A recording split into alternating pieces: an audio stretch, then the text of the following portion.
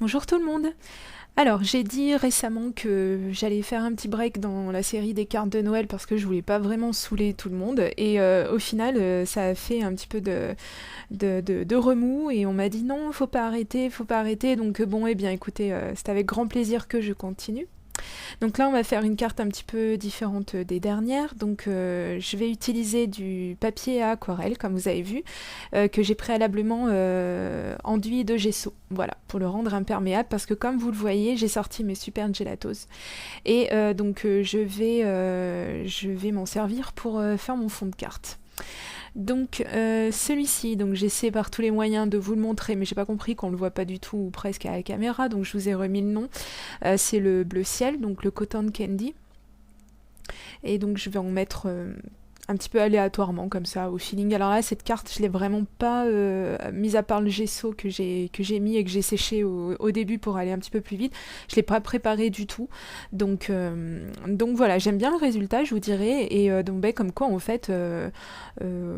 On peut y aller vraiment au feeling hein, pour faire quelque chose. C'est vraiment conseillé justement. C'est pas déconseillé. Voilà. Donc là j'ai mis une deuxième couleur, un bleu un petit peu plus foncé, donc c'est la couleur Blueberry. Et donc comme j'ai mis du gesso, je peux travailler mes couleurs à l'eau. Comme ça mon papier ne gondolera pas trop. Il va gondoler un petit peu, hein, je vous le cache pas, mais ça gondolera pas des masses, donc ça permet quand même de voilà, pouvoir mélanger ces couleurs. Alors c'est ça qui est bien en fait quand on travaille avec un fond qui a été enduit au gesso, c'est qu'en fait les couleurs donc vraiment s'étalent bien et c'est vrai que j'en ai parlé avec une de mes abonnées il y a pas très longtemps qui me disait que ces gelatos, pardon, je vais y arriver, avaient tendance un petit peu à laisser des traces, etc. Et moi aussi j'ai rencontré ce problème, ça m'avait même un petit peu dégoûté d'ailleurs de m'en servir, mais je m'aperçois qu'en les travaillant à l'eau sur un fond qui a été gessoté, je sais pas si ça se dit, mais enfin où on a passé du gesso dessus, eh bien c'est vrai que les couleurs ont vraiment tendance à ne laisser aucune trace, et c'est clair que c'est très très agréable. Donc je vous conseille de le faire, hein, c'est pas plus mal pour avoir un rendu vraiment, vraiment sympa. Donc là je termine le travail, le mélange de mes deux couleurs. J'absorbe un petit peu les couleurs du centre. Comme ça, voilà, on a vraiment ce que j'appelle toujours sur mes créations un puits de lumière. C'est pas, je sais pas vraiment si ça s'appelle comme ça, je pense même pas du tout. Mais moi, c'est un petit peu l'effet que ça donne et c'est quelque chose que j'aime bien. Comme ça attire l'œil et voilà. Donc là, quand même, j'ai enlevé un tout petit peu trop de bleu, puis de toute façon, j'avais mis trop de bleu foncé sur mon fond de page, donc du coup, sur mon fond de carte, pardon. Du coup, c'est vrai que j'avais perdu cette couleur bleue très claire. Donc là, regardez, mon fond est toujours mouillé et je vais appliquer du sel dessus, donc pour avoir un rendu encore autre. Donc c'est une petite astuce, moi j'ai déjà vu dans quelques vidéos en Amérique, mais donc là, vous mettez du sel fin tout simplement. Hein, vous voyez, j'ai ma salière. Hop, j'ai toujours voilà. Dès que j'ai du sel dans les mains, je peux pas m'empêcher. Il faut que je fasse ça.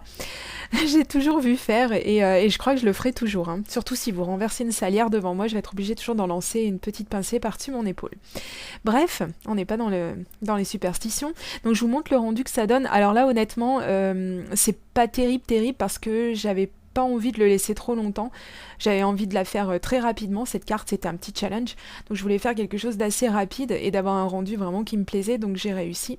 Donc c'est pour ça que j'ai pas laissé pendant 3 ou 4 heures les cristaux de sel avoir un impact sur mon fond de carte. Donc là, c'est une découpe du mot Joyeux Noël que j'ai réalisé avec ma silhouette. Je vais l'enduire de Versamark, d'encre Versamark, donc c'est une encre qui colle, excusez-moi, j'ai du mal ce soir. Ah, bah oh. Et donc, je vais mettre de la poudre à embosser grise dessus. Voilà, tout simplement.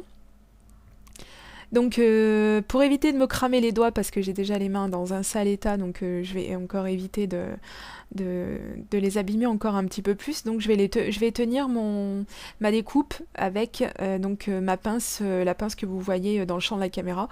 Et donc évidemment il y aura toujours un petit endroit où la poudre ne se sera pas déposée. Donc c'est pour ça que je vais repasser une fois supplémentaire mon petit mot dans la poudre à embosser. Donc du coup je vais faire euh, chauffer cette poudre une seconde fois et vraiment je vais avoir un rendu très très lisse et voilà, c'est vraiment très très bien comme chose à faire. Donc là, je vais symboliser la neige encore une fois. Donc encore une fois, je vais pas m'embêter. Je prends un petit peu de gouache blanche avec un petit peu d'eau sur un papier brouillon. Je sors même pas ma palette, hein, j'ai pas envie. Je vais aller vite, comme je vous dis. Et donc avec un pinceau, tout simplement, je vais tremper et venir tapoter au-dessus de ma carte. Voilà, comme j'ai l'habitude de le faire sur énormément de mes créations, c'est un effet que j'adore, j'adore, j'adore. C'est tellement simple, mais au final, regardez ça, c'est... Ah, je sais pas, moi, c'est quelque chose qui me parle énormément, donc j'espère qu'à vous aussi, parce que je vous en mets un petit peu à toutes les sauces, là. Mais bon. Donc voilà, une fois que c'est fait, il n'y a plus qu'à jeter le papier, rincer son pinceau à l'eau, et c'est terminé. Ouais, je vais donner un petit coup de pistolet à chaleur pour accélérer le séchage et éviter que ça bave trop. Donc ensuite, ça, c'est également des découpes que j'ai faites avec ma silhouette. Voilà, mais on peut très bien utiliser un die si on en a. Moi, j'en ai pas hein, sur le thème de Noël. J'ai pas vraiment beaucoup de choses d'ailleurs sur le thème de Noël, donc je me sers pas mal de ce que je peux faire avec ma silhouette.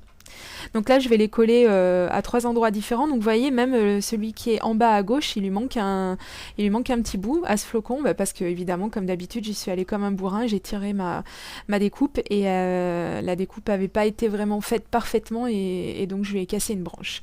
Mais regardez, c'est vraiment pas grave puisque je l'ai mise sur le côté de ma carte et je vais en coupant l'excédent, c'est vraiment pas le souci. Donc une fois que j'ai fait ça avec tous mes flocons, donc là je vais poser de la mousse 3D sur tout le mot Joyeux Noël et c'est ça qui va me prendre le plus de temps, c'est d'enlever les petits papiers. Voilà, les petits papiers qui sont sur la mousse adhésive, ça va être ça le plus long dans la fabrication de ma carte. Donc voilà, c'est vraiment une carte rapide. Et il reste plus qu'à le coller sur mon fond de carte, voilà, tout simplement. Donc j'aime beaucoup le rendu que ça donne, rien que déjà à cette étape. Maintenant je me dis que voilà, même si je veux une carte simple, on peut toujours rajouter des petites choses. Donc je suis partie dans des choses qui, bon, pas forcément qui brillent, mais qui attirent un petit peu l'œil. Donc c'est à l'aide de mon Glossy Accent que je vais coller ces perles de pluie. Donc je vais en mettre 3 grises et 3 bleues. Donc les 3 grises, je vais les mettre au centre de mes flocons.